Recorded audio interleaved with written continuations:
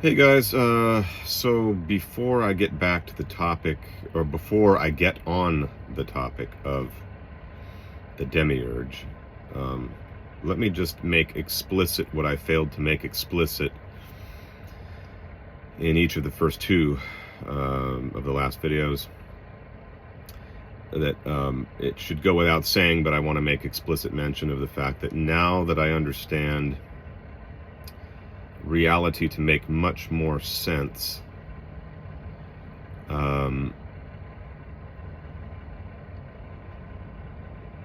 where we start out experiencing conflict and death and hardship and difficulty due to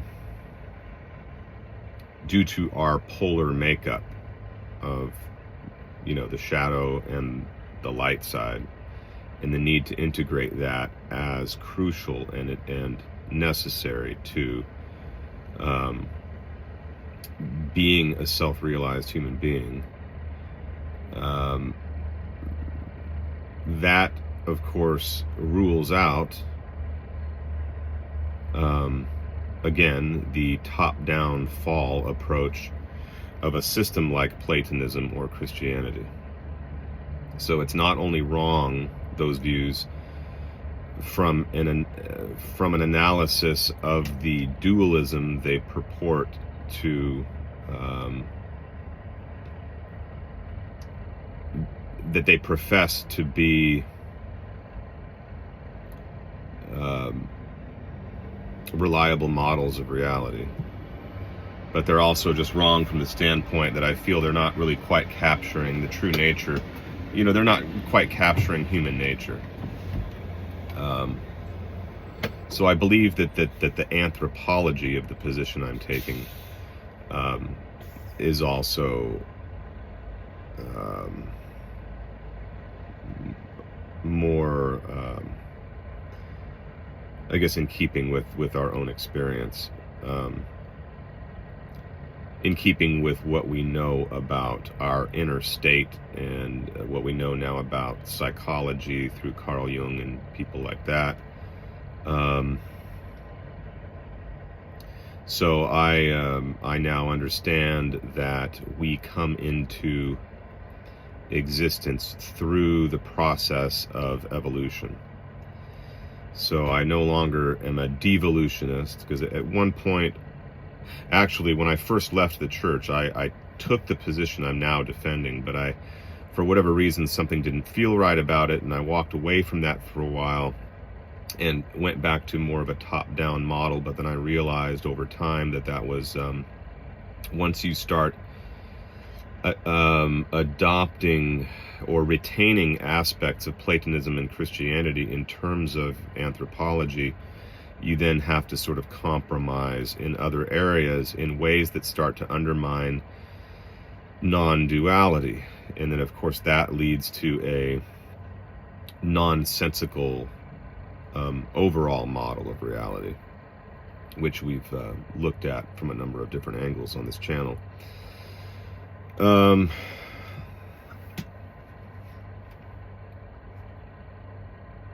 So I believe each of the heavens we've talked about, in that they are characterized by mortality, from the moment that each of the beings that are, so to speak, indigenous to those dimensions, since mortality is natural, a natural part of first coming into being, whether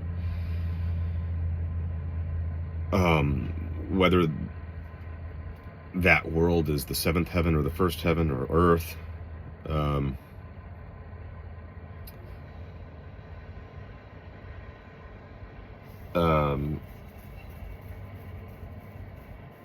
naturally, evolution would be the means whereby we came into existence,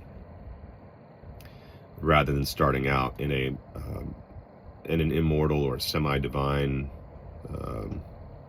state, an ideal realm. Because like I've repeated a few times, excuse me, even when positing emanation theory and through that attempting to connect the ideal realm to our realm, when you understand that ideal realm to be essentially the mind of God, and this lower realm to be the opposite of that realm in terms of the fact that it is temporal and finite and contingent. The contingent and the non-contingent are by nature, they consist by nature of a polarity that is irreconcilable, one that has to be bridged by something. But because that gap is infinite due to their irreconcilable natures, you now have an emanation theory that no longer works, because the emanation itself, since it originates from the divine side, or the non-contingent, infinite, and eternal side of the equation, how can it connect up with that which is finite and contingent and created? Right? So Platonism, in my understanding, in my mind, has the same problem that Christianity has when Christianity seeks to impose an uncreated energy model on, which the Eastern Christian tradition does. It speaks of the uncreated energies as being that which connects the mind of God and this the world and the mind of God to the world that we inhabit.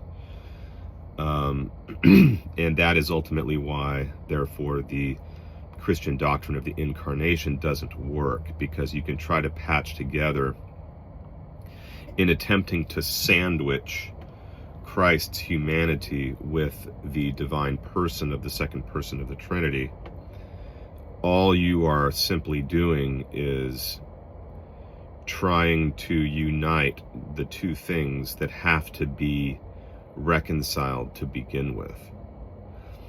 The whole problem that has to be solved is the bringing together, or the union, of the uncreated and the created. So trying to simply take one or the other in the person of the Logos and smash them together, you're just presenting the same problem. You're taking the uncreated person of the Logos, the second person of the Trinity, and smashing it together with the created aspect, the humanity of Jesus, and attempting to do the impossible. All right, so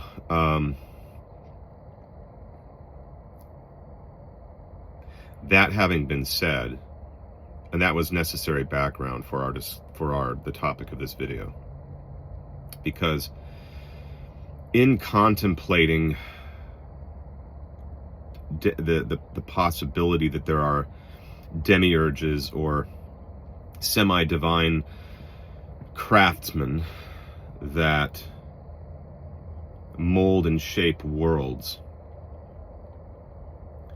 one of the reasons some, actually very many non-dualists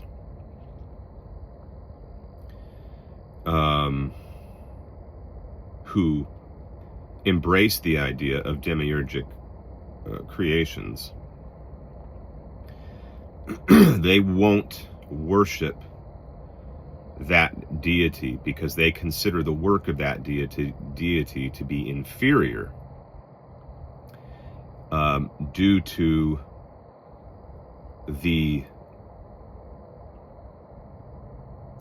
things like mortality being an innate aspect of that world, due to things like struggle and suffering and pain and violence being an innate aspect of that world.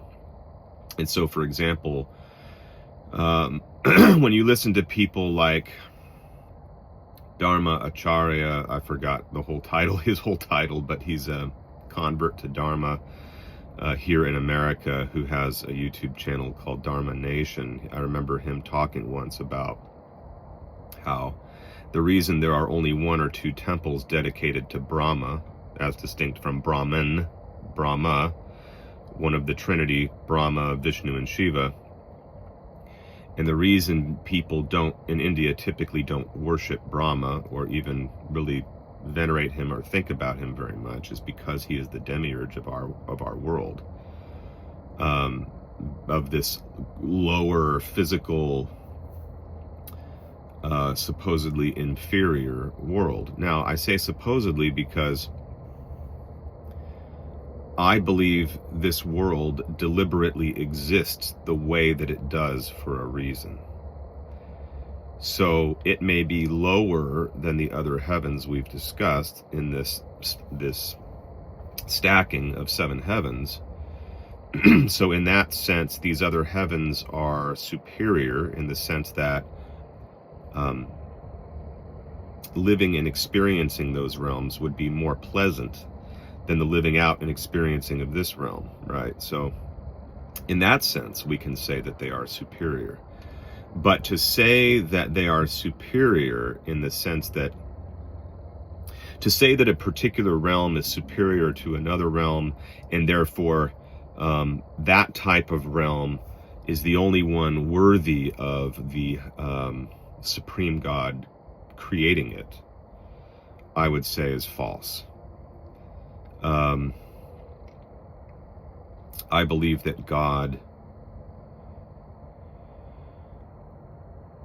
voluntarily experiences finitude on many different levels. So we are one instantiation. Our world, or the physical dimension in general, this 3-dimensional and 4th dimension time is the 4th dimension reality, is just one instance or one instantiation of the way God chooses to experience finitude.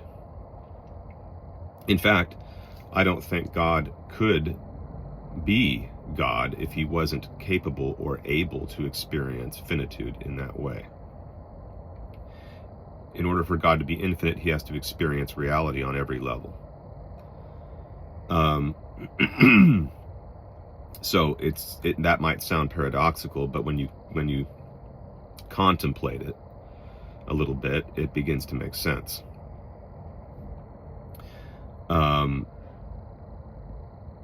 And that observation is not my own. I actually gleaned that from an author, a non-dualist author, J. Michelson, who wrote a wonderful book on non-duality called Everything is God.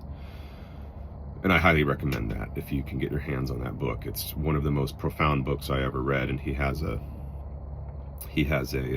uncanny ability to articulate his ideas and thoughts.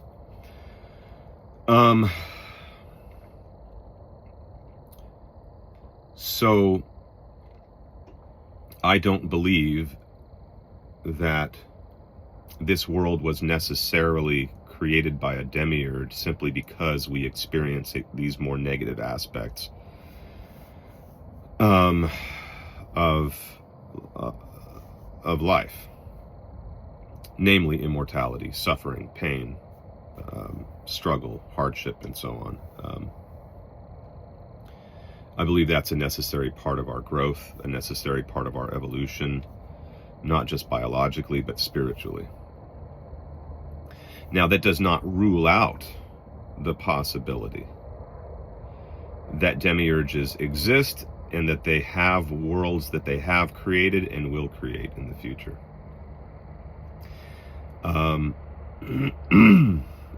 I think that there could be quite deformed and just miserable environments to live that are the doing of a demiurge, certainly.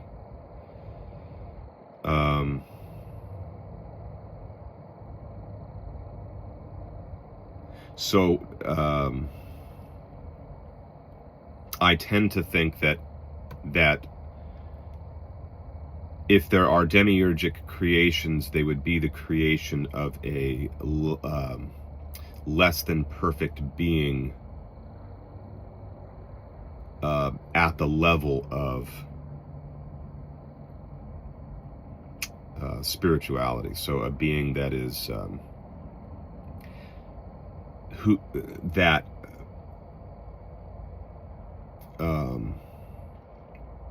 manifests its own spiritual lack or immaturity by virtue of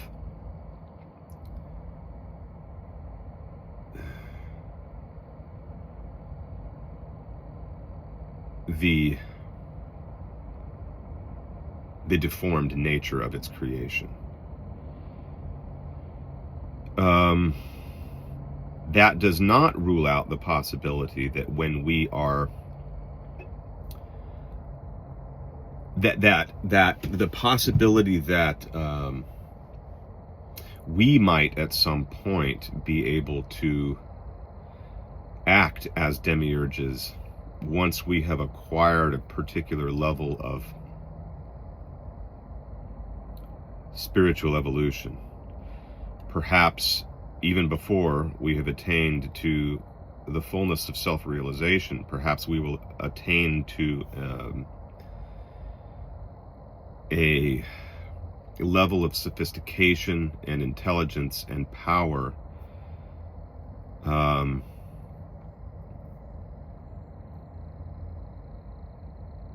well, it wouldn't even require spiritual intelligence. It could just be a certain level of technological intelligence and know-how, where we could end up as gods building our own worlds. And some of those worlds would be, as I described a few moments ago, would reflect the immaturity at the spiritual level of some of those beings, while other worlds might manifest the evolution on a spiritual level of other beings. I could see that happening.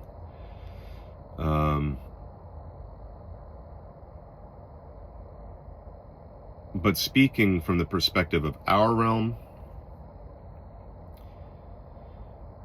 I mean, to the extent that there are beings in higher dimensions that are capable of entering our dimension, and even, as the Anunnaki did, having the ability of staying, having a degree of physicality while here, or taking on perhaps full physicality while in this dimension, I suppose it's also very possible, therefore, that there could be terraforming going on within our solar systems. And that's actually what a lot of research on alternative research has turned up on bodies, for example, like the moon. There are some very intelligent researchers out there. These aren't nut jobs or crazies by any stretch of the imagination, who have reached the conclusion, for example, that the moon is an artificial body, and that our planet even may have been terraformed at one point, and perhaps other planets within the solar system. So I think we need to maintain a level of balance in our understanding. There aren't black and white answers to these questions. There could be multiple answers that exist on different levels. Okay, well, that's all pretty much I had to say on that. I'll get this uploaded as soon as I can. Thank you, guys.